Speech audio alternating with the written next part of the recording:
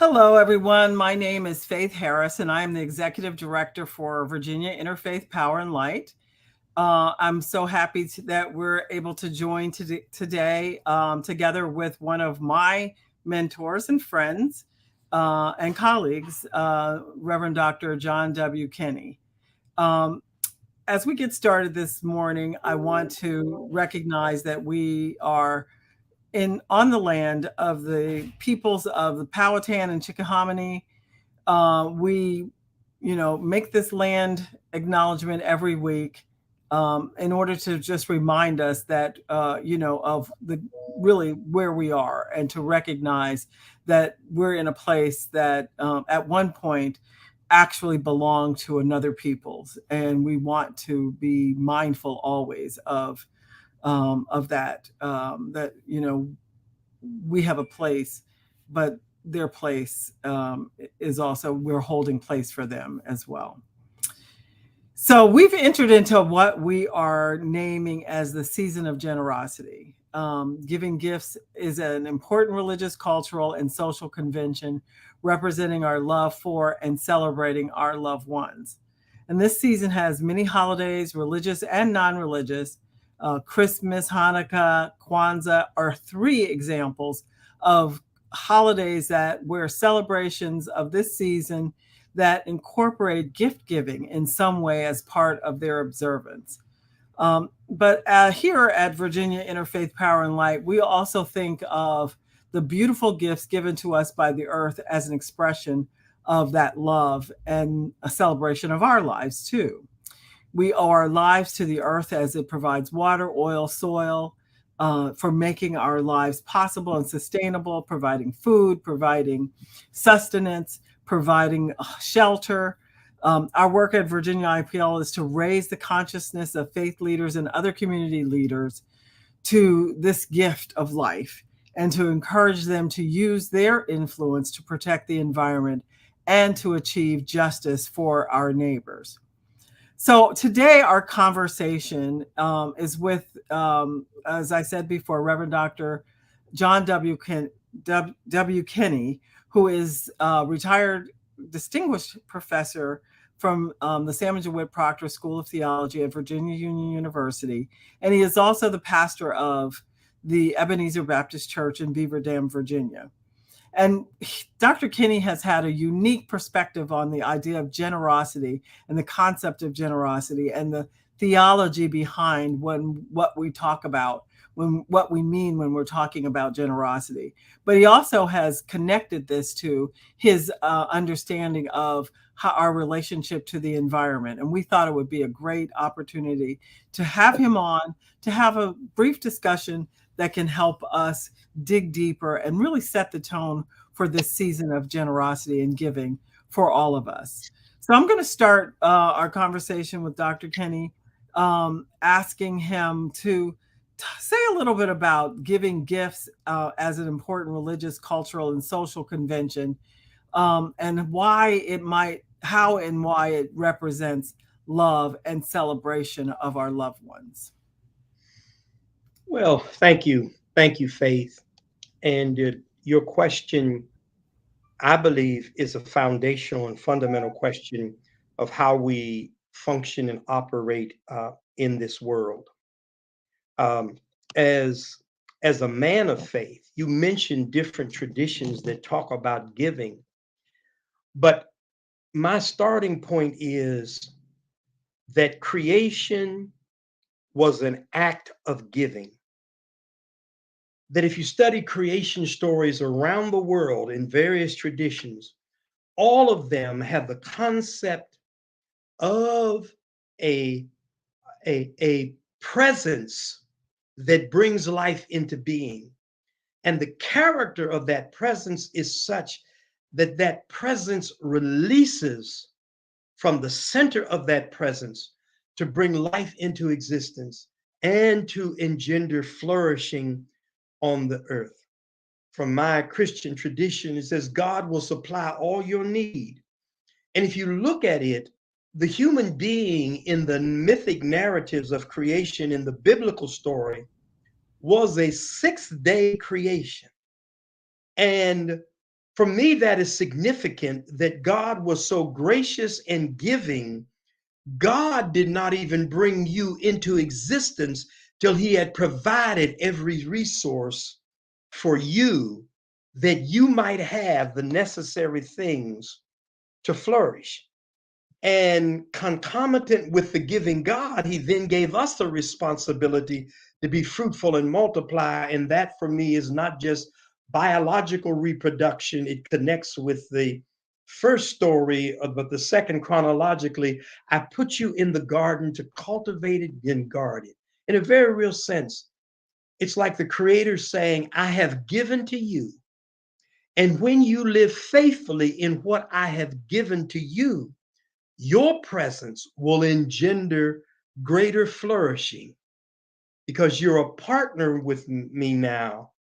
Even when I give you responsibility for creation, can you be a giver like me and invest in the gift of life and give yourself in total life stewardship so that what I have given you is enlarged because you are fully in my image and reflecting my character. So for me, giving is fundamental to true humanity.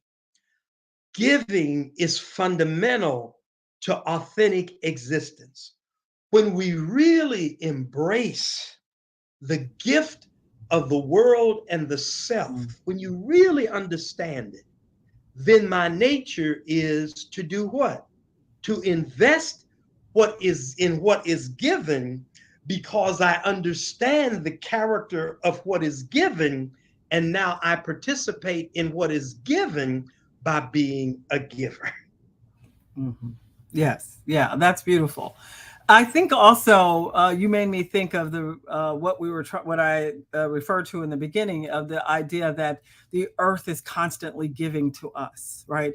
The fresh water, a beautiful what rainfall, the fact that our soil can be nutrient rich and bring forth fruit and food for us and sustenance for our bodies.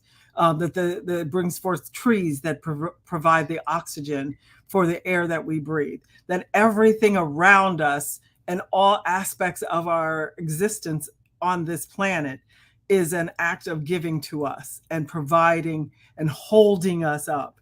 And so, this act of generosity, as you said, comes from the nature of life itself. And that even if you don't have a religious or Christian theological lens, you still can find a connection and a reason and a rationale and values that come from just the way that the earth shows up for us.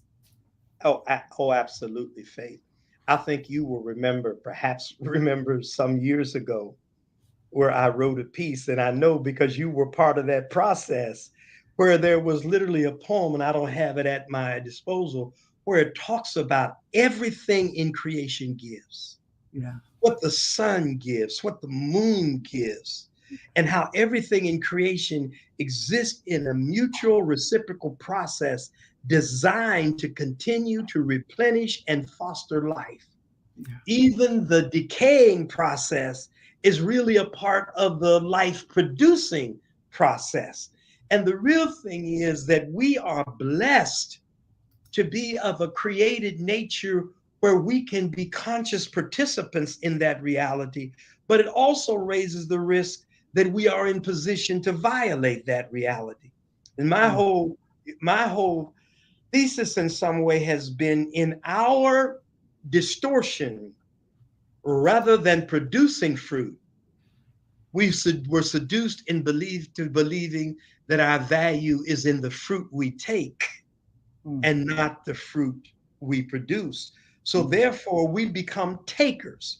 We're always trying to get something for ourselves, living in a threatened existence, always focusing on a sense of deficiency rather than celebrating the abundance that is being produced if we would only take care of it. And the tragic paradox is that once we get into that mentality of deficiency and taking, then we create deficiency that never existed until we begin to think that we were not in a giving reality. And then I what? absolutely love that. Yeah, Yeah, I love that because I think that is the message that we're constantly trying to get across when we're talking to legislators and when we're talking to stakeholders and industry leaders, that in fact, there is enough. Right. Especially when we're talking about environmental justice. There actually is enough if we all took our fair share, if we all provided and gave back, and if yeah, we recognize the importance of every entity of life having a role and a responsibility and actually the right to be able to flourish. And that absolutely. speaks to what it means to be a just and caring community. It speaks to how we can be and how we can have both industry and technology and science all working together to actually provide for a thriving world. Absolutely. And you'll notice that the word is thriving and flourishing. Yes. So the question becomes, how am I taking and diminishing rather than giving in a fashion that engenders flourishing? And what we fail to recognize, when once you get into the taking model, it ends up in abuse. And then it reduces everything to having value for utilitarian purposes. Right. So rather than relate to the earth, we use the earth to privilege us without recognizing, in breaking the relational giving model, we are predicting and producing destruction. And everywhere I thought I was making a gain, I'm laying the ground for my own destruction. And if it's not immediate for me, it will mean destruction for future generations, which really means is I no longer operate with a sense of love. And even the people I say I love, I am actually investing in the destruction of their future while I'm saying I'm loving, I'm doing this. You're actually living, constructing, writing policy, and building patterns that are leading to the destruction. And you cannot say you love anybody while you're investing in the destruction of your future. Yeah. So on that note, our second question, what does what does generosity mean to you? And what does generosity and the spirit of generosity mean to you? And what would you say to those who are still trying to answer that question for themselves? Well, I think for me, the first point of entree for generosity is the acknowledgement that I'm blessed. No matter what I think I might not have when I compare myself to somebody else, and that is, I am acutely aware that I'm a blessed person and that those blessings are manifest in multiple ways, far beyond Babylonian trinkets and crass materialism. That the blessings are all around me. When I can wake up in this morning and look out my window and see the squirrels flittering about and birds singing, when I can see a tree, um, even when I go to places that appear to be barren, where do I see the blessings? Do I see the circle and cycle of life continuing? Then I have to take that very personally. Um, I may not have what somebody else has, but I've come to the recognition of just how blessed I am. And once you realize you're blessed, it engenders a recognition that I am blessed to be a blessing. I think one of the things, as we talked about in the original aspect of our conversation, is once you start out with deficiency and not the recognition that you're blessed, your whole desire is to get more and to hold on to what you got. And then tragically, you develop a relational system in the world based upon what you got and the more than you can get rather than how you can give. So your value is determined by what you possess and control rather than what you celebrate and you release. And the reality is then I live you without recognizing your blessings, you live fearfully, worried about what you're going to lose. And I think from a spiritual perspective, that's one of the profound things that the depth of wisdom tries to teach you. Once you learn how to give, you create a giving circle so that every time you give and you can create an environment of giving in the entire community, you can never be empty. Another Mm. way I try to illustrate this, and some folk disagree, is that concept of submission we talk about in marriage. We always talk about that as control. Who's on top and who's on the bottom, and then we tell the one who should submit where your position is. Sadly, but for me, that submission is really about I'm in a relationship where I'm so secure that I don't have to hide, hold, withhold, deny, or restrict my giving because I am in a relationship where I give. And the only battle in this house is who will give the most, not who is trying to get the most. If we understand that, and if I move into that relationship with God, then I'm in a cycle of flow in life. And if I'm in relationship and I'm giving, I create a context and a reality where whenever think I lack, guess what? There's giving. For me, that's what it means when it says pressed down, shaken together, and running over. Not that you're trying to get something, but you're so immersed in giving. The character of existence is outflow and inflow, outflow and inflow, outflow and inflow. So I'm never worried about what I'm going to have because all my needs will be met and supplied by the creation I exist in. So I would like to take that a little further and Mhm. ask and say, how do we that same kind of giving, give and take, that same kind of overflow can also occur in our relationships with our neighbors, right? You know, Absolutely. many times, in many ways, the Christian tradition has uplifted marriage as the ideal relationship. And I'm not sure that that's really fully, what the tradition is saying. I think that that's kind of more of a Western modern kind of visual understanding and perspective. But I think that there was something about having that kind of community relation or communal relationship that actually engenders that same kind of intimacy, that same kind of a purpose, that same kind of values and same kind of practices among the community. That I'm not, because it makes it easy for us to just for me, myself, and my children, right? What There is you it? go. That nuclear family. But if you think about applying that same kind of generosity and that same kind of giving and receiving to the community, then that speaks to environmental justice in a myriad of ways.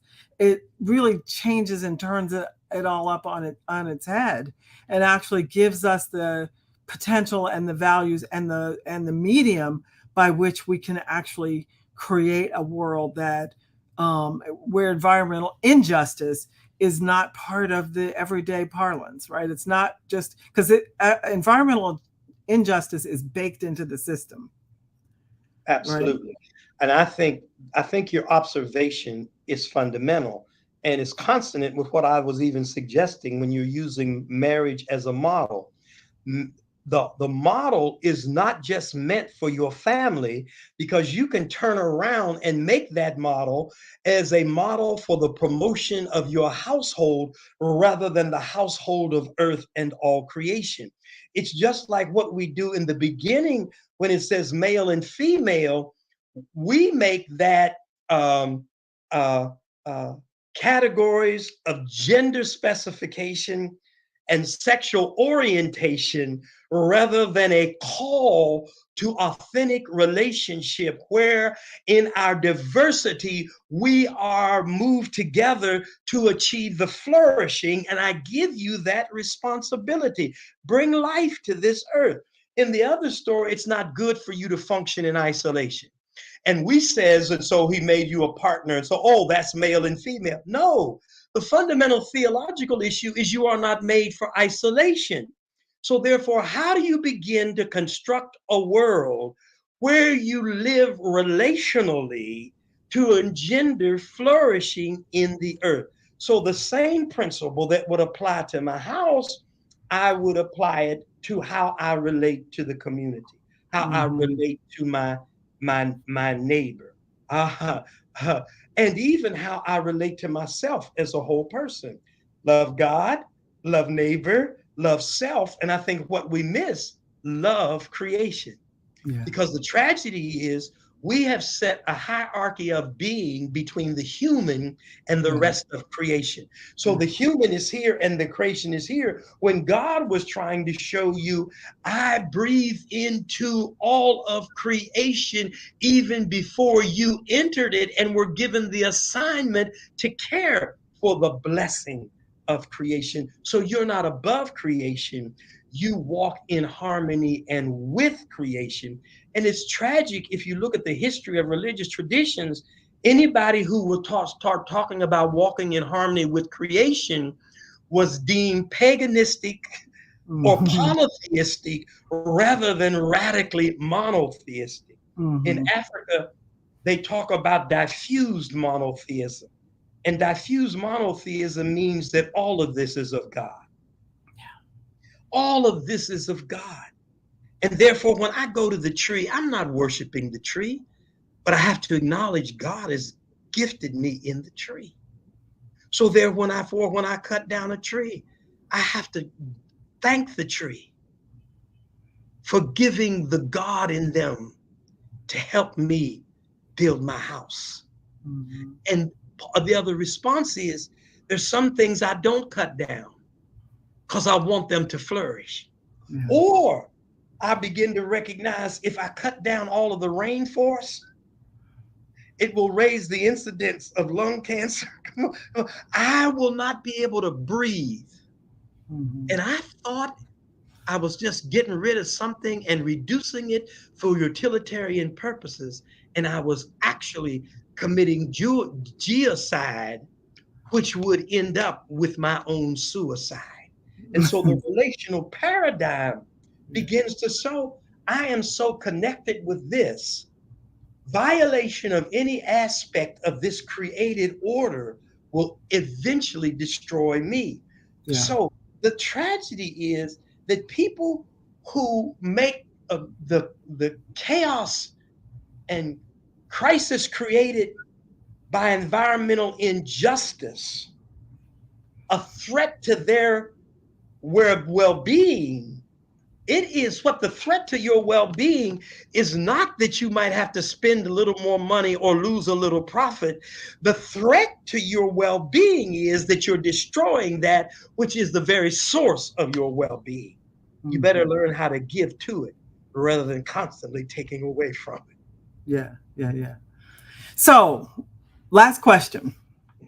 What advice as a pastor, as a retired distinguished professor of theological studies, and philosophy, what advice do you give to those of the traditions that I named earlier, Kwanzaa and Hanukkah and Christian Christmas and all the other? There's many other traditions right now in this whole season that are celebrating, right? Holy days. How do we now take this conversation, this idea of generosity to our neighbor, to our earth, to ourselves, to our communities? How do we take that into our practices? How do we actually, ritualize that? How do we make this real and implement into our lives generosity such that it changes the way we see our business decisions, our Yeah. bottom line decisions. Yeah. But for legislators, for who are, thinking, revving up and preparing for the holiday, right? I mean, for the General Assembly 2023, and writing and voting for good laws. How do we implement that? How do we integrate it?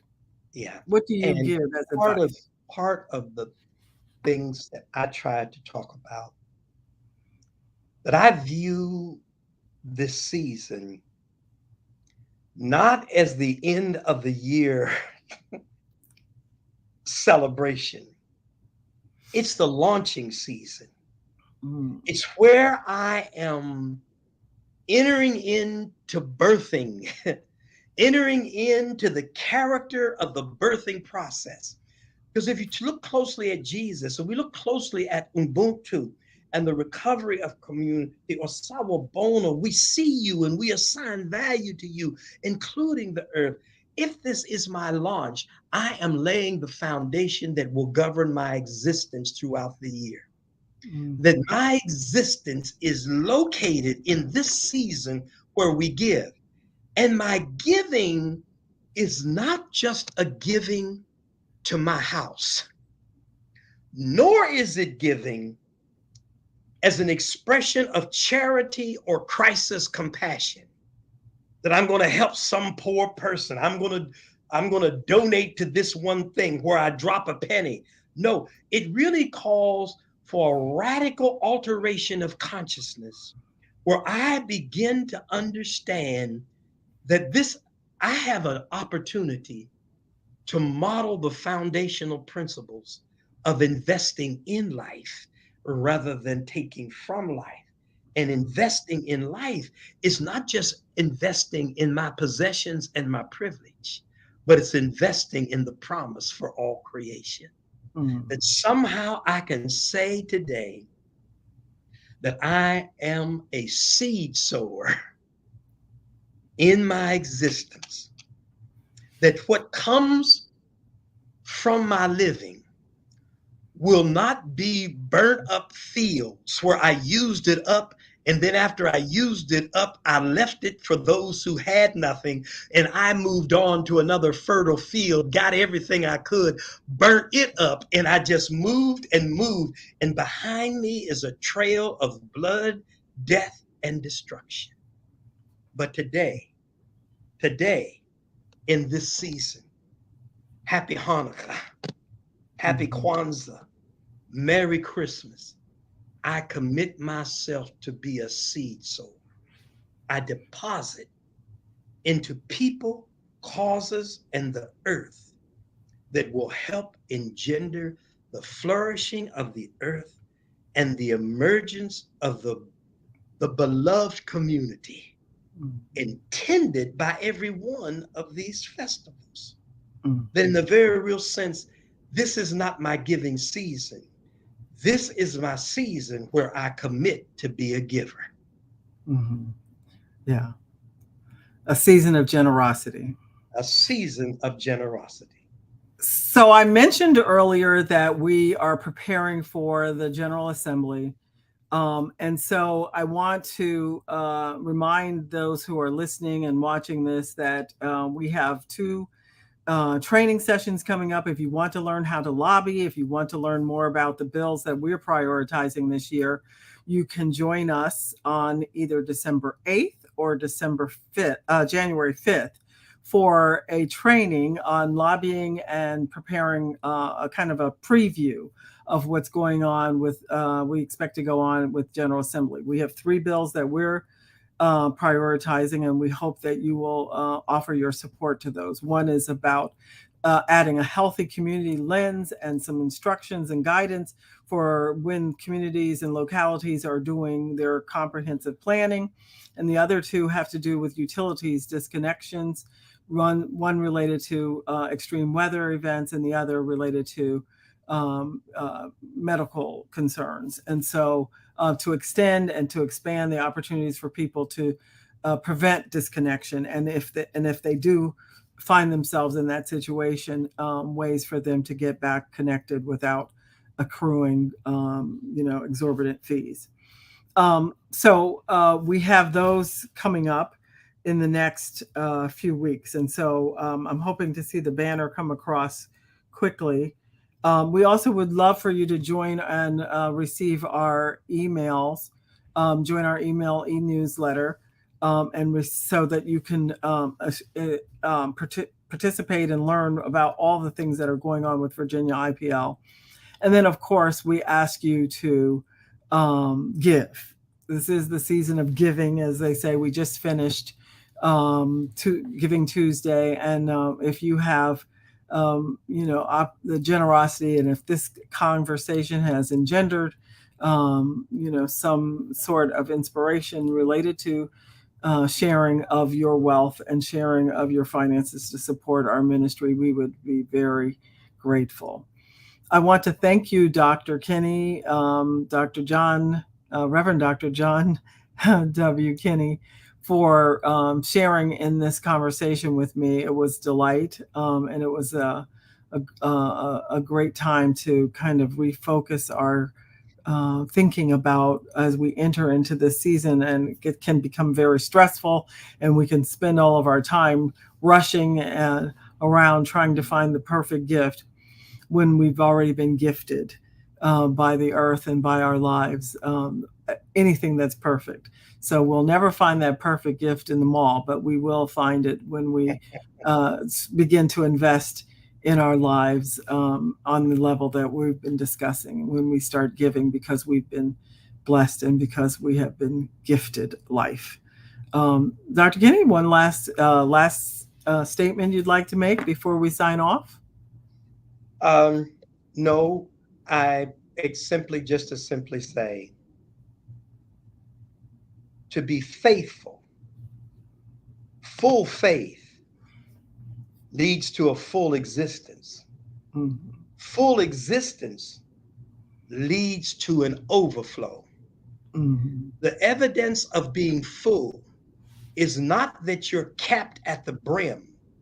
I know you're full when I can see something dripping over the cup. That becomes the empirical evidence of full faith. There's a constant release, a constant overflow, because fullness is never finished, because every moment of overflow just creates more space for the inflow that will cause me to overflow even more. That's a lovely way. That's a lovely way for us to close our show today. Thank you so much for giving us this time, and we will see you next week for another Environmental Justice Now topic. So thank you, Dr. Kinney, and have a wonderful season of generosity.